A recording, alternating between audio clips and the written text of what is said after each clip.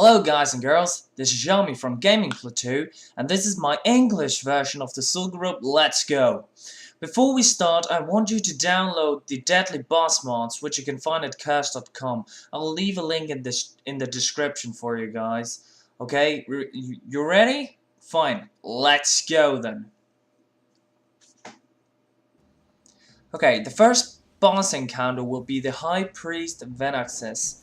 There's actually quite a few things that we want to keep an eye out for on this boss. First of all, you pull him downstairs. That's the first part. Now to your left and to your right you see acid or poison spawning on the ground. You do not want to touch that. He also uses another ability called Toxic Link. You'll have to spread. The two players who gets it have to split, or yeah, like move away from each other until it blows up. Like, yeah, you just do that really fast, and when it explodes, it's over. There's nothing more than you can do about it. Okay, he does have a snake form, and in this snake form he'll use a breath of Hesich or something like that. You'll have to turn it away from the raid like I do here. You don't have to do it exactly like I do, but it's a good thing to keep it away from the party members. Though if they stand in it themselves and they have the opportunity to move, it's their own fault for dying. As you can see now, everything has become more complicated. It's made some sort of maze out of the poison that was laid on the ground. Now, that poison vein thing, blood venom is the ability is called, will follow you around, giving you a lot of damage in just a matter of seconds, meaning it can wipe me out completely in a matter of seconds. Luckily for me, I'm a paladin, so I kinda don't have to worry about it in the first try.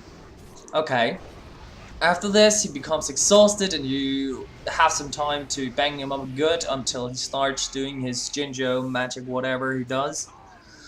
And you actually just rinse and repeat all of I just said. So let's go through this once more. Toxic Link, move away from each other until it blows up. Left and right will spawn a maze of poison which you cannot tread on. He will transform into a snake using the breath of Hesich, or what the hell it's called. It's some sort of breath, you're not in doubt when he uses it. And stay away from it. If people have the opportunity to move but dies, it's their own fault, remember that. So that's kinda it for the first encounter, really. As said, there are some things that you want to keep an eye out for. Don't stand on the poison and all that. Quite basic knowledge. This is Bloodlord Mandokir. He's actually a lot easier since there's less to worry about. Okay, you pull Bloodlord Mandokir, then you DPS him down a little bit until he jumps off his raptor, which you will do in... Oh yeah, he got that decapitate ability which instantly kills you. But do not fear and do not release. The troll spirits around the arena will come to your rescue. Devastating Slam is another ability that you want to keep an eye out for. Do not stand in the direction of the red rings on the floor. Second of all, remember to DPS the raptor down first, since it will kill the troll spirits that you need to resurrect yourself with, just as I was here. Though I'll need to buff up again with everything, since you're dying here, so of course you have to rebuff everything. As you can see, he will respawn his raptor, or he will revive his raptor, meaning that you'll have to take him down again and again and again. And that's actually about it. So, things you have to watch out for: decapitate, do not release when you're dead, you'll be rezzed. The raptor has to go down as first priority, and get the hell out of his devastating slam unless you want to get spanked pretty hard.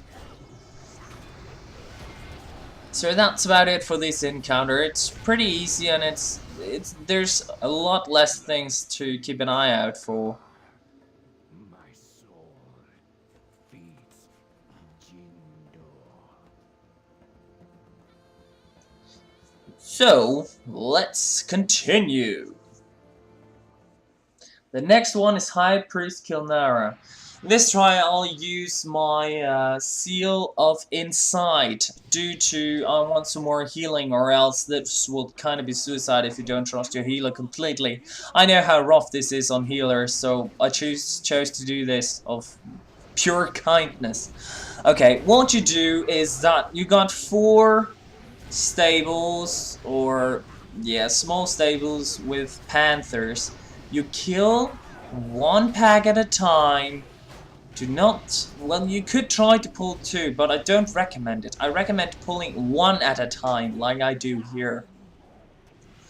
What you want to do is you want to have killed all of these panthers before getting her to 50-45%, because if you don't, she'll become the avatar of Bethek, awakening all of the panthers, meaning you'll get ass raped in an instant. I'm not kidding. But that's about it, what you need to do for this encounter. So let's wrap it up once more and tell you what to do. You have to get all the panthers down before she hits 50-45% health. If you don't, you will get ass raped.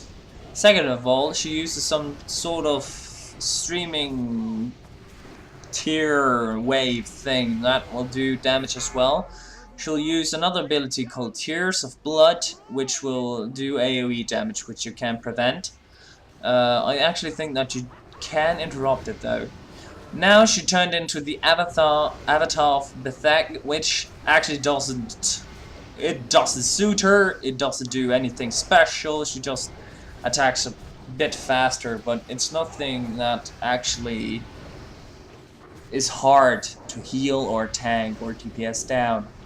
Though she uses camouflage in the middle of everything for some odd reason when she's about to die, but it's very, very stupid of her because she comes back after a short period of time and gets raped. So the next one we're going to look at will be Sandsill. And to be honest, Sandsill is pretty easy. You got a cauldron of ice, a cauldron of poison, and a cauldron of fire. I'll explain what they do once we get that far. Sandsill, we use a ability called Sanizili Fire. Sanzili Fire, yeah.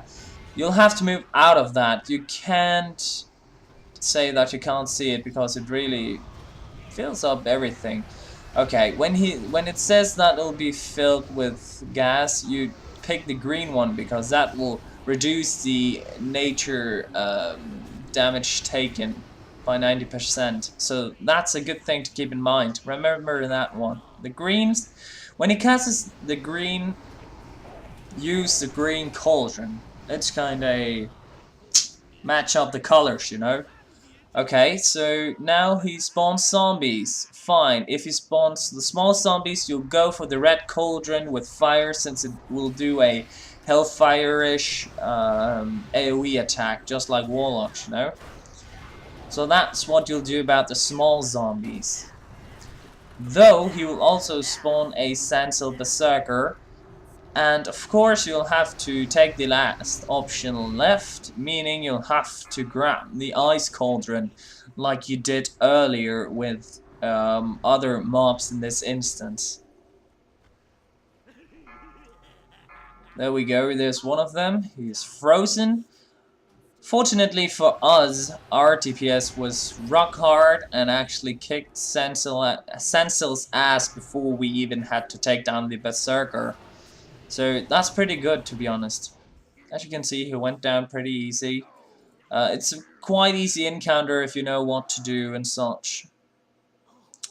Okay, so we only got one last boss left. We only got Jindo, the Godbreaker. And he's pretty easy, to be honest.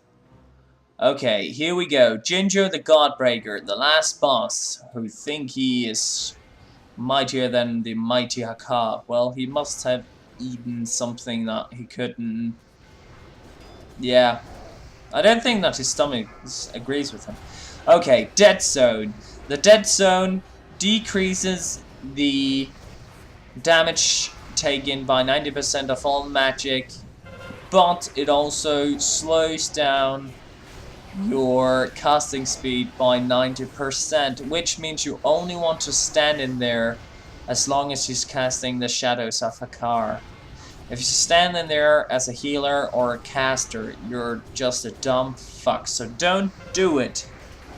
Only when the Shadows of Hakar is there. And that's about it, what you have to do for the entire first phase, which isn't that long. Okay, second phase. You remember those Berserkers that you killed earlier?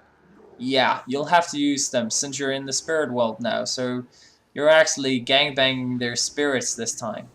Okay, these Berserkers have a special ability calling Body Slam. They'll Body Slam a random party member, but please, for God's sake, move to one of the chains that has a shield. And when he body slams you, just move a bit further away, just so you won't get the damage from the Berserker. When you've done that, the chain will become vulnerable, and you'll actually be able to take it down pretty easy. And that's about it, what you do for the second phase. Don't worry if your Troll Berserker dies, you can always get another one on the other side of... yeah, the opposite side of what you took last time. They'll spawn small ghosts as well. They'll just have to be taken down. I think it takes 1 or 2 hits, depending on how much you hit for. As you can see, we only got 1 chain left. So everybody is plainly just stacking on it, meaning that we can kick the ass of this chain as well. We don't even have to take down the other ads, since they'll disappear when the last chain is gone, meaning you don't have to kill the Berserker if he is full on health and all that shit. Soon after, the gear will drop that you'll need, and the Cillian Ward that dropped, which I can use for my healing spec, dropped, and I actually won it by 93 need roll. I hope this helped you guys who didn't understand anything of what your party members was yelling to you. This is Yami saying goodbye.